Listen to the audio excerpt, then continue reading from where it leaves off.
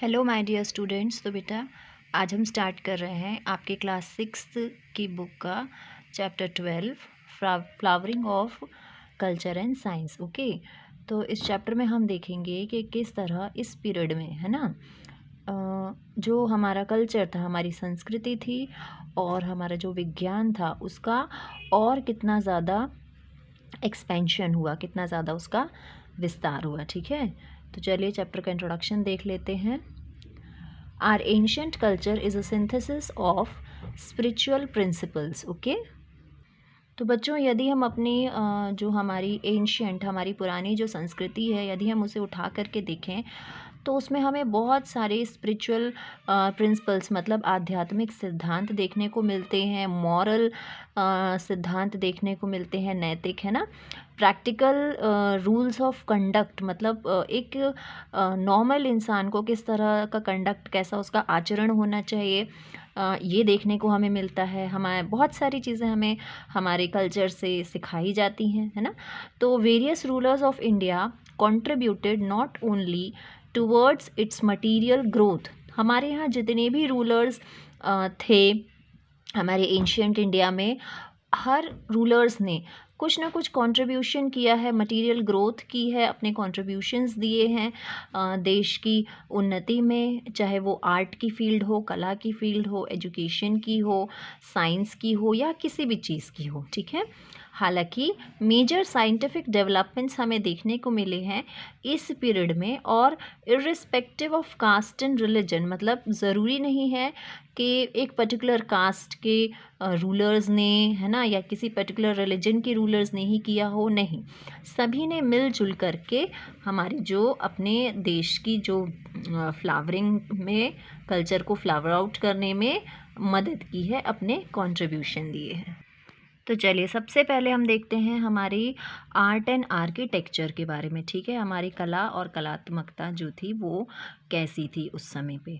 तो we get plenty of information about the past from the monuments. तो हम आज के समय पे आप कितने सारे मॉन्यूमेंट्स देखते हैं, चाहे आप ताजमहल देख लीजिए, लाल किला देख लीजिए, है ना, और बहुत सारी चीज़ें हैं।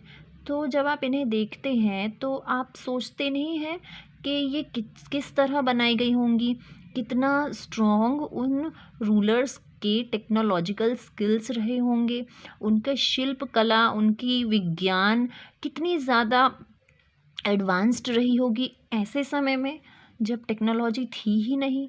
तब भी उन्होंने कितने आराम से और कितने सोच विचार करके इतनी बड़ी बड़ी मॉन्यूमेंट्स बनाए, इतने बड़े बड़े टेम्पल्स बनाए। ओके, तो सबसे पहले हम बात करेंगे टेम्पल्स की ही। ठीक है, मंदिरों की। Idol worship became popular among Hindus in the Gupta period.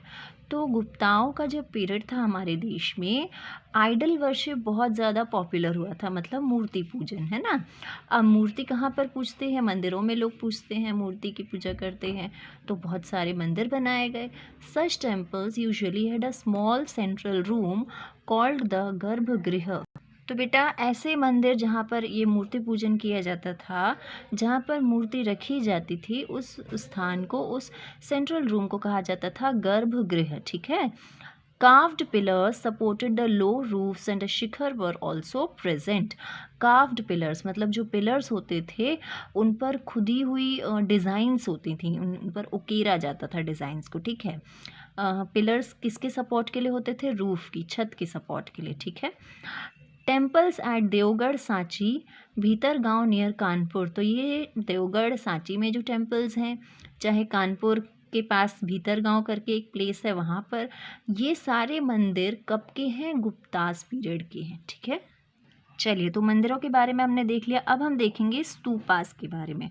तो स्तूप होते क्या हैं बेटा, स्तूप एक्चुअली एक तरह के माउंड होते हैं। माउंड मतलब आप समझ लीजिए एक टीला, है ना, मतलब थोड़ा सा उठा हुआ, like this. Okay, dome shaped structure एक होता है इसमें। डोम मतलब गुंबज जो होता है ना, और बीचों बीच एक चैम्बर मतलब एक रूम आप समझ लीजिए। ठीक है, an ornamental box containing the relics of Buddha or one of his disciples is kept in the chamber। और चैम्बर के अंदर एक ऑर्नामेंटल बॉक्स होता है ना, जैसे जेवर वगैरह रखने के लिए बॉक्स होता है, उस तरह का एक अच्छा सा बॉक्स होता है। उसके अंदर होली ऑब्जेक्ट्स, मतलब चाहे वो स्क्रिप्चर्स हों, है ना, चाहे आइडल हों, या उससे रिलेटेड कोई भी चीज़, बुद्धा से रिलेटेड कोई भी चीज़ जो होती थी उसमें रखी जाती थी।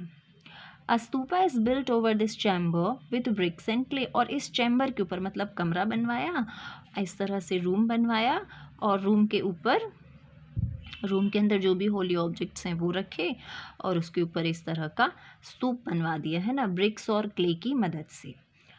Outer surface has thick plaster and at the top of the stupa there is an umbrella made of stone or wood। तो जो आउटर सरफेस होता था स्तूपा का वो अच्छे थिक प्लास्टर से बनवाया जाता था, और ऊपर एक अम्ब्रेला होता था, है ना, छाता, चाहे वो स्टोन का होता था या वुड का होता था। तो बेटा स्तूपा का एग्जाम्पल हमारे यहाँ भी है ना, ग्रेट स्तूपा एट सांची, है ना, मध्य प्रदेश में आपको देखने को मिलेगा, जिसे किन्होंने बनवाया था, राजा अशोक ने बनवाया था। ओके और यदि आप बुद्धा की जो स्टोरीज़ हैं उनके बारे में पढ़ेंगे, जिन्हें जटाका टेल्स कहा जाता है, तो आपको इस पिलर की उसमें इंफॉर्मेशन या जानकारी या ज़िक्र आपको मिलेगा। ठीक है, चलिए टेम्पल्स के बारे में पढ़ लिया, अब हम देखते हैं पेंटिंग्स के बारे में, हो, है ना। तो पेंटिंग्स का जो आर्ट था, है ना, वो कहाँ पर किस समय में स्टार्ट हुआ था? गुप्तास के समय में स्टार्ट हुआ था और चालुक्यास के समय में स्टार्ट हुआ था। Some of the finest examples of paintings are the murals and tempera paintings at Ajanta caves। तो यदि आप देखना चाहते हैं उस समय पर जो पेंटिंग्स बनवाई जाती थी वो कैसी थी, तो आपको कहाँ पर मिलेंगे? अजंता केव्स में आपको वहाँ पर म्यूरल्स देखने मिलेंगे, आपको टेम्पेरा देखने मिलेंगे। तो ये म्यूरल्स और टेम्पेरा होते क्या है बेटा? एक्चुअली ये ना दीवारों पर की जाने वाली एक ख़ास तरह की पेंटिंग होती है। ठीक है, देखिए कैसे बनाया जाता है इसे। सबसे पहले पेंटिंग शुरू करने के पहले पेंटिंग का बेस तैयार किया जाता है। ठीक है, उसमें क्ले इस्तेमाल की जाती है, चिकनी वाली मिट्टी, गाय का गोबर इस्तेमाल किया जाता है, और पत्थरों का पाउडर बनाया जाता है। इन तीनों चीज़ों को मोलासिस मतलब गुड़ में उसे मिक्स किया जाता था। ठीक है, फिर इसे दीवार पर अप्लाई किया जाता था, है ना, और इसमें थोड़ा सा चूना भी मिलाया जाता था ताकि वहाँ पर अच्छा सा थिक सा जो है एक लेयर बन जाए, है ना। ये बन गया बेस। अब इसके ऊपर जो है पेंटिंग की जाती थी, जिससे फिर जब ये कंप्लीट हो जाता था तो इसे कहा जाता था मुराल। ओके, म्यूराल आप बोल सकते हैं। तो ये एक तरह की रबिंग टेक्निक से बनाया जाता था, है ना, और इसमें जो कलर इस्तेमाल होते थे वो कैसे होते थे? बिल्कुल नेचुरल। अब आज के समय के जैसे हमारे यहाँ ऑयल पेंट, ये पेंट, वो पेंट तो उस समय होता नहीं था, तो पौधों से और आपके जो मिनरल्स होते थे उन सारी चीज़ों से मिलकर के जो भी कलर, जैसे भी कलर होते थे, वो म्यूराल उनसे बनाया जाता था। ठीक है, और ये जो म्यूरल्स भी बनाए जाते थे बेटा, ये एक तरह की स्टोरी डिपिक्ट करते थे। मतलब जैसे आप लोग अपनी हिंदी की बुक्स जब पढ़ते हो, कहानियाँ हम पढ़ते हैं, तो उसमें कहानी का पूरा एक ड्राइंग होती है ना, पेंटिंग होती है, चित्रों से वर्णन किया जाता है। सेम वैसे ही इन म्यूरल्स में भी बुद्धा की लाइफ की स्टोरीज़ जो है वो एज अ पेंटिंग बनाई जाती थी। ठीक है, और ये भी फिर जटाका स्टोरी से ही लिया जाता था, और ये इसलिए बनाया जाता था कि ज़्यादा से ज़्यादा लोग इन्हें देखें और इनसे सीखें या समझें। राइट, चलिए तो हमने पेंटिंग देख ली, हमने टेम्पल देख लिए, हमने स्तूपा देख लिए, आगे बढ़ते हैं। अब आते हैं हम थोड़ा सा लिटरेचर की तरफ, है ना, साहित्य की तरफ। तो सबसे पहले हम देखेंगे संस्कृत लिटरेचर। सभी बच्चों को पता होगा कि संस्कृत जो है ओल्डेस्ट लैंग्वेज है वर्ल्ड की। ठीक है, it has a rich and varied literature. इसमें बहुत सारी चीज़ें हैं, बहुत साहित्यिक चीज़ें हैं, और बहुत डिफरेंट टाइप की बुक्स लिखी गई हैं एंशियंट पीरियड में संस्कृत की लैंग्वेज में ही। चलिए तो सबसे पहले हम देखेंगे वैदिक लिटरेचर, है ना। तो हमारे जो मेन हिंदू स्क्रिप्चर्स हैं, शास्त्र हैं, वो तो आप सभी बच्चों को पता ही होंगे। हमारे वेद हैं, है ना, ऋग्वेद, सामवेद, यजुर्वेद और अथर्ववेद, है ना। इन वेदों के अलावा कुछ हमारे पास सप्लीमेंट्री बुक्स भी हैं, जैसे कि ब्राह्मणास हैं, आरण्यकास हैं, उपनिषद हैं, है ना, शूद्र ग्रंथास हैं, उपवेदास हैं। तो इन सब से हमें हमारे कल्चर के बारे में ज़्यादा से ज़्यादा नॉलेज मिलता है। अब वैदिक लिटरेचर जो है, that was originally narrated and orally and was written down later. वैदिक लिटरेचर को पहले बेटा बोला गया, है ना, नरेट किया गया उसे, उसको लिखा बाद में गया है। ओके बेटा, तो अब हम आगे देखेंगे ग्रेट एपिक्स, है ना। तो आप सभी को पता होगा कि रामायण और महाभारत जो है हमारे पवित्र ग्रंथ हैं, है ना, हमारे ग्रेट एपिक्स हैं। That was also a part of Sanskrit literature. Okay, then Maharshi Valmiki जी ने रामायण लिखी थी, एंड किसकी स्टोरी थी ये? हमारे श्री रामचंद्र जी की स्टोरी थी, जो कि अयोध्या के राजा थे। देन फिर महर्षि वेदव्यास ने लिखी थी महाभारत। ओके, ये किसकी स्टोरी थी? ये कौरव और पांडव, दो कज़न, ये जो ब्रदर्स थे, इनकी स्टोरी थी, है ना। भगवत गीता जो है वो एक महाभारत का ही एक पार्ट है। It contains the essence of Hindu religious philosophy.